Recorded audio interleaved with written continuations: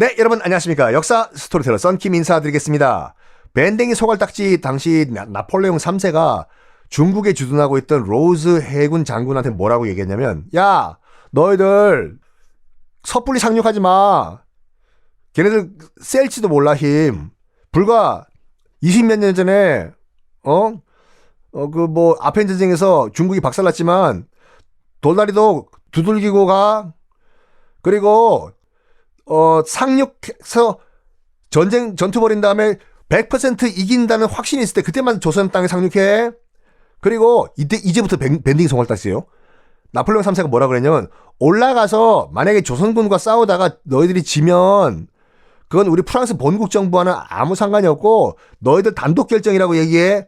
아, 참, 이게 무슨 황제예요. 이러니까 프랑스가 당시 프로이센한테 박살나고 황제가 포로가 되면서 거의 무릎 꿇고 항복을 하죠. 아우, 진짜. 하여간 로즈 제독이 출발합니다. 지금 산동반도에 있던 프랑스 함대를 이끌고 쭉 가요. 쭉 가서 바로 강화도로 안 가고 일단 염탐을 해요. 한강을 거슬러 올라와요. 김포 찍고 양천, 지금 목동에 있는데 찍고 쭉쭉 올라갑니다. 당시 이제 흥선대원군의 쇄국 정책은 기본적으로 이거였어요. 외국 사람들 노노노 들어오지 마. 너희들과 무역 노노노. 노노노는 하수빈이죠. 하수빈을 기억하시는 분들은 야, 정말 언제적 하수빈이냐. 노노노. 너희들과 무역은 하지 않지만 만약에 난파선이든지 얼떨결에 조선에 온 외국인들은 우리가 물과 식량과 여비를 다 챙겨주겠다. 주인집의 아량으로서, 진짜 그거 했단 말이에요. 주인집의 너그러운 아량으로서 물과 음식과 신선한 음식과 그 다음에 여비는 우리가 챙겨주겠으니 돌아가라 에요. 자, 프랑스 로즈 제독이 이끌던 프랑스 함대가 어디에 일단 도착을 하냐면 작약도라는 섬에 도착합니다. 작약도? 그게 어디지? 지도 한번 보세요. 우리나라 지도. 영종도, 그러니까 지금 그 인천공항에 있는 영종도와 인천 사이에 조금 끼어있는 조그만 섬이에요. 지금은 거기 약간 횟집도 있고 한다고 하더라고요. 거기에 일단 상륙을 해요. 선발대를 먼저 보내요. 한강 거슬러 올라가서 민간인으로 위장한 다음에 김포에 도착해요. 김포 군수 깜짝 놀라요. 외국인 서양인이 오니까 야, 너희들 스탑하라. 우리 지금 난파했다. 그래. 지금 나라님이 난파한 경우에는 물과 음식을 주라고 했으니까 옛다. 실제로 소, 닭, 돼지를 줬다고요. 물이랑 신선한 야채랑. 고맙다. 고맙다가 프랑스어로 멸치볶음 해요. 다시 돌아가야 될 거 아니에요. 계속 거슬러 올라가요. 거슬러 올라가서 양천, 지금 목동에 있는 양천, 마포, 서강 쫙 거슬러 올라가. 갈 때마다 야, 너희들 뭐냐? 왜 왔어? 표류했다. 그래? 돼지 한 마리 줘라. 이런 식으로. 그래서 쫙 보니까 별로 전쟁 준비가 안 돼 있는 거예요, 이 나라가. 우리가 계속 거슬러 올라가는데도 총 한 방 화살 하나 안 쏘네. This is 만만하다고 돌아가요. 쭉 다시 돌아와서 로즈 제독에게 보고를 합니다. 위, 이다도시, 이다시골. 가서 봤는데 하나도 안 무서워요. 같은 거요. 그래? 알았다. 수고했다. 그럼 먼저 강화도를 치자. 강화도를 점령해야지. 우리가 한강 점령하고 하니까. 가자! 해서 너무나도 쉽게, 자, 강화도 지도 보세요. 콩팥같이 이렇게 생겼죠, 강화도가요. 강화도 콩팥같이 생긴 거에 오른쪽 맨 위, 그러니까 김포 쪽이죠. 머리 그리시나요? 운전하시는 분 빼고 지도 한번 펼쳐보세요. 콩팥같이 생긴 강화도의 오른쪽 위, 그러니까 거기서 폴짝 뛰면은 김포죠. 우리 육지요. 거기에 강화읍성이 있었어요. 지금도 강화읍 중심지는 거기예요. 거기에 일제히 로즈 제독의 프랑스 육군 해군이 상륙해서 강화읍성을 박살내고 불질러 버립니다. 거기에 뭐가 있었냐면요. 고려 궁터, 궁지라고 하죠. 고려 궁터라고 하지만 조선 그 강화 군 당시 정부 기관들의 건물들이 싹 다 모였었어요. 그리고 더 안타까운 게 외규장각이라고 있었거든요. 규장각은 조선의 공식 국립도서관이죠. 모자라가지고 공간이 강화도의 바깥쪽에 있는 국립도서관이라고 해서 외규장각이 거기 강화읍성 안에 있었어요. 싹 다 불질러 버립니다. 프랑스 병사들의 기록에 따르면요, 그 고려 궁지에 있던 그 조선 정부 기관들을 가니까 너무나 화려했더라. 이게 프랑스 군이 남긴 기록이요. 너무나 화려했고 바닥에 깔린 바닥이 너무나 푹신하고 이렇게 부드러운 바닥을 처음 봤다. 그 바닥이 뭐였냐? 지금 다 타버렸기 때문에 뭐 알 수는 없지만 프랑스 병사들의 말에 따르면 그 강화도의 특산물인 화문석 돗자리요. 그거였을 거예요. 싹 다 태워버립니다. 근데 프랑스가 어디든지 약탈할 때는요, 고고학자들 데려가요. 다 안 태워요. 필요 없는 건 태워버리고 알짜배기는 다 가져가요. 그거 1799년에 이제 그 약 한 뭐 70년 전이죠. 지금 이 병인얀뇨 터졌을기 70년 전에 1799년에 나폴레옹이 그 북아프리카 원정 갈 때도 고고학자 데려갔어요. 고고학자 데려가가지고 약간 고고학적 가치가 있는 거 싹 다 가져갔어요. 거기서 발견한 게 그거잖아요. 로제타 스톤이요. 고대 이집트 상형 문자 해독한 거. 이때도 프랑스는 고고학자를 데려가서 필요 없는 건 싹 다 태워버리고 알짜배기를 들고 합니다. 그게 뭐냐? 바로 외규장각 의궤라는 거예요. 조선 왕실의 모든 행사와 무슨 파티와 뭐 이렇게 이벤트의 규범과 순서와 그런 그 모습을 그려놓은, 적어놓은 중요한 책이에요. 그걸 들고 갑니다. 물론 그게 지금 다시 우리나라에 돌아왔어요. 예전에 프랑스 정부가 자기네 나라 떼제베, 우리나라가 처음으로 고속철 건설한다고 하니까 일본 신칸센 등등이 막 이렇게 그 입찰을 했을 거지 않습니까? 프랑스가 자기네들 떼제베 사가라고 하면서 밑밥 던진 게 그거지 않습니까? 외규장각 그 의궤 돌려줄 테니까 신칸센 말고 자기네 나라 떼제베로 해달라 해서 우리가 떼제베 받은 거잖아요. 그게 우리 지금이 KTX고. 근데 KTX 떼제베를 수입해 줬는데도 안 줘.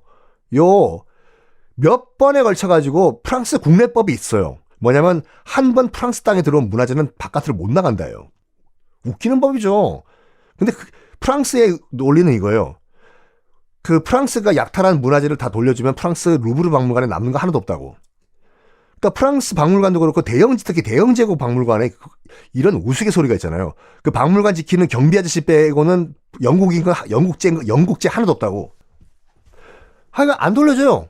프랑스 박물관 고고학계에서 반대해가지고. 그래서 겨우겨우 돌려줘 지금 우리가 갖고 왔는데 어떤 명분이 웃기다니까. 5년마다 자동갱신 영구적으로.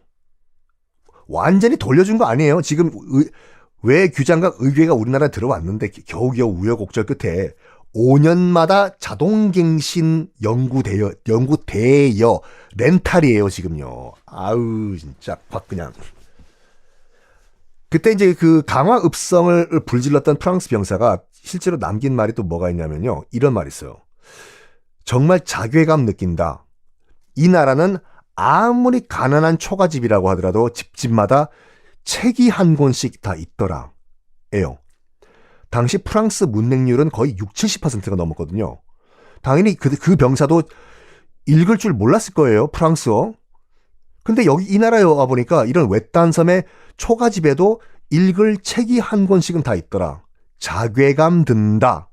라는 글을 남겼습니다. 하여간 프랑스가 지금 노략질하고 다 태우고 죽이고 초토화가 돼요. 그때 지금 강화도에 가시면은 고려 궁지라고 복원을 해놨는데 싹 다 불타요. 그래서 나중에 현대에 와서 다시 복원해 놓은 거예요, 그건요. 이 소리를 듣고 조선 가만히 안 있죠. 가서 강화도를 탈환하라고. 못 건너가요.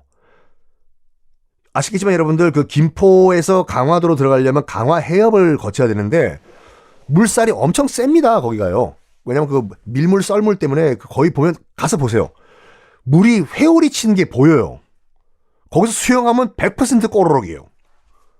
프랑스가 강화읍을 점령한 프랑스가 계속 조선군이 저쪽 김포 쪽에 왔다 갔다 하니까 대포를 쏘고 막아요. 건너갈 방법이 없는 거야. 지금 앞에 지금 프랑스군이 강화도를 작사를 내고 있는데 건너갈 방법이 없어요. 당시 조선군을 지키던 장군 이름이 양헌수 장군인데 생각을 합니다. 지금 우리가 FM대로 강화읍을 바라보면서 해협을 건너면 우리는 전멸한다. 프랑스군이 안보는 남쪽으로 내려가가지고 프랑스군이 안 보이는 밤에 몰래 우리는 바다를 건넌다. 강화도로. 그게 어딘가 빨리 찾아내라고. 하니까 쭉 내려와 봐요. 자, 지금 여러분 강화도 지도 보고 계시나요? 강화읍성에서 쭉 남쪽으로 해안가 따라 내려오면은요, 광성보라는 게 보일 거예요. 거기가 나중에 1871년에 신미양요가 일어난 곳이에요. 그 광성보에서 조금 더 남쪽으로 내려오면 덕진진이라는 게 보여요. 근데 외우실 필요 없어요. 그 진보 시스템이라고 해서 무슨 진, 무슨 보. 이거는 해안 기지라고 보시면 돼요. 강화도에 총 12개의 진 그리고 보가 있거든요. 별 차이 없어요. 그냥 진은 진, 자기 내 마음대로 그냥 의미 없이 붙인 거예요.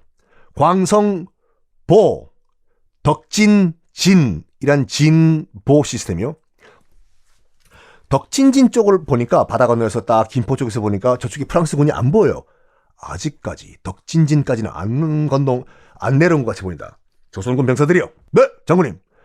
우리 밤에 해가 지면 배를 타고 바다를 건너가지고 저 덕진진 쪽으로 상륙한다. 네? 네? 진짜로요? 저 안 갈래요. 무서워. 나 죽기 싫어. 그때요. 조선군들 현역들은요, 총 한 번 안 쏴봤어요. 왜냐면 병자호란 끝난 다음에 거의 약 200년 동안 전쟁이 없잖아요, 조선이요. 그래서 실전 경험이 하나도 없는 현역들이었어요. 그래서 양헌수 장군이 누굴 주로 데려왔냐면요, 포수 데려왔어요, 포수. 호랑이 잡는 포수들이요. 맨날 호랑이 잡으려고 진짜 맨날 총을 쐈던 포수들이요. 이렇게 보시면 돼요. 실전 경험이 없는 현역 대신에 총 좀 쏴본 예비군 데리고 온 거예요, 지금요. 양헌수 장군이. 근데 총을 쏘아봤던 이 포수들도 겁이 나가지고. 왜냐면 봐봐요.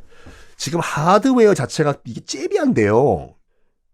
프랑스군은 격발식 총을 쐈어요. 자, 격발식이 뭐냐면 간단하게 방아쇠 당겨서 쏘는 총이에요. 탕탕탕탕탕탕. 지금 우리가 쓰는 총. 격발식 방아쇠 당겨서 쏘는 총. 인 반면에 조선은요, 아직까지 화승총이에요. 화승이 심지거든요. 방아쇠를 당기는 게 아니라 정말로 총 안에 화약을 집어넣고 짝대기로 화약을 꾹꾹꾹 누른 다음에 총알을 다시 집어넣고 그 안에 총구 안에 심지에 불 붙여가지고 땅. 아무리 재빠른 포수라고 하더라도 1분에 2발 쏴요. 30초에 1발.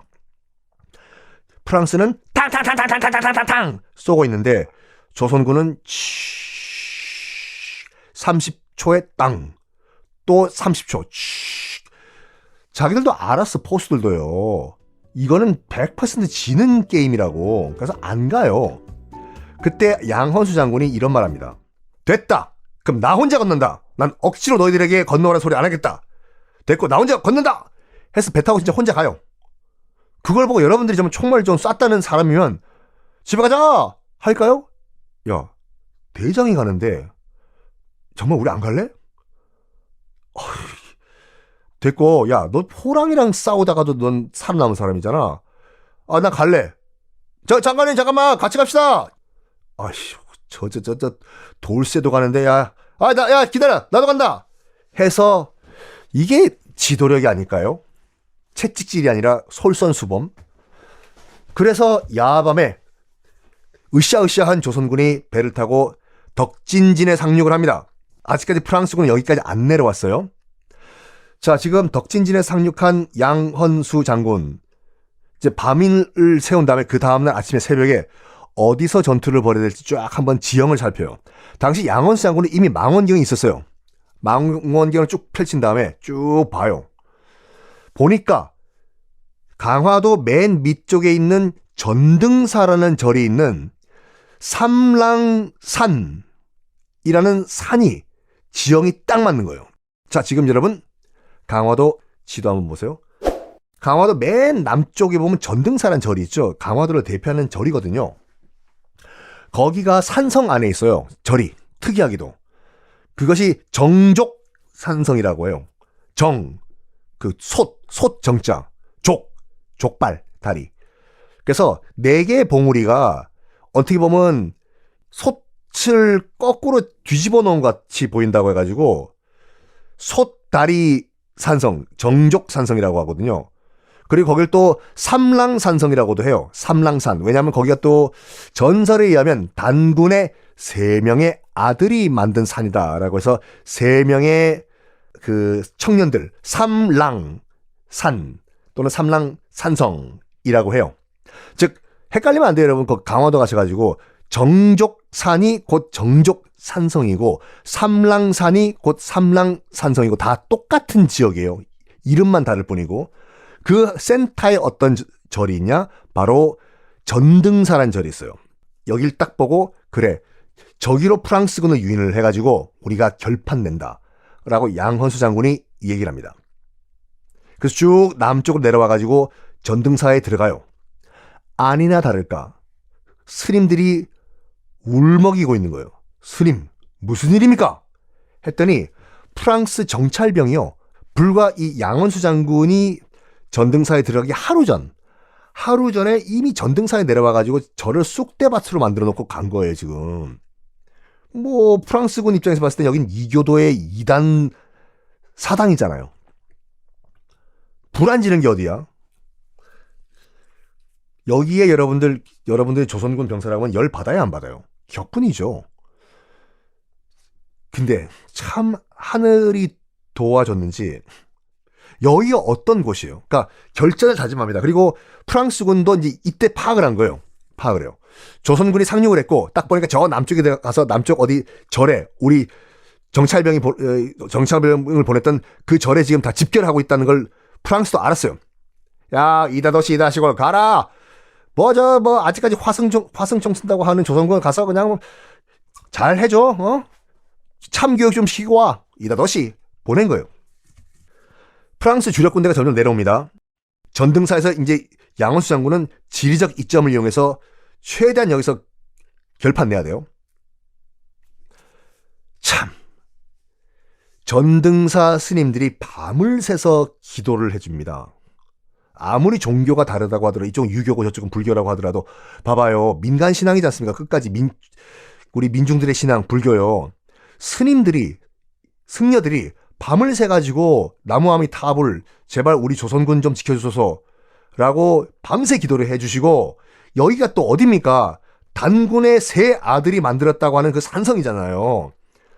게다가 또 여기는 지도력이라면 거의 만렙인 양헌수 장군이고, 여러분들이 거기에 현장에 있는 조선군이라고 하면 으쌰으쌰 힘이 나요, 안 나요? 한판 붙어보자겠죠.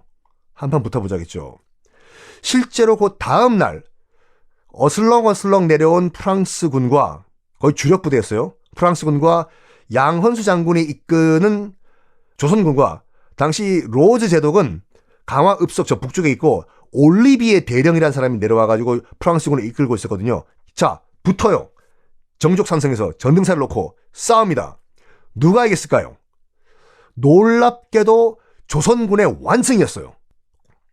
기록은 여러 가지가 있지만 일단 조선군 사상자는 3명에서 4명, 프랑스군은 거의 전패였어요.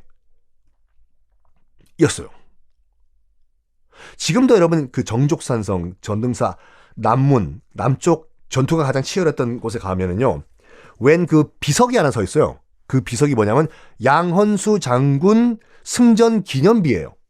공덕비가 아직도 서 있어요.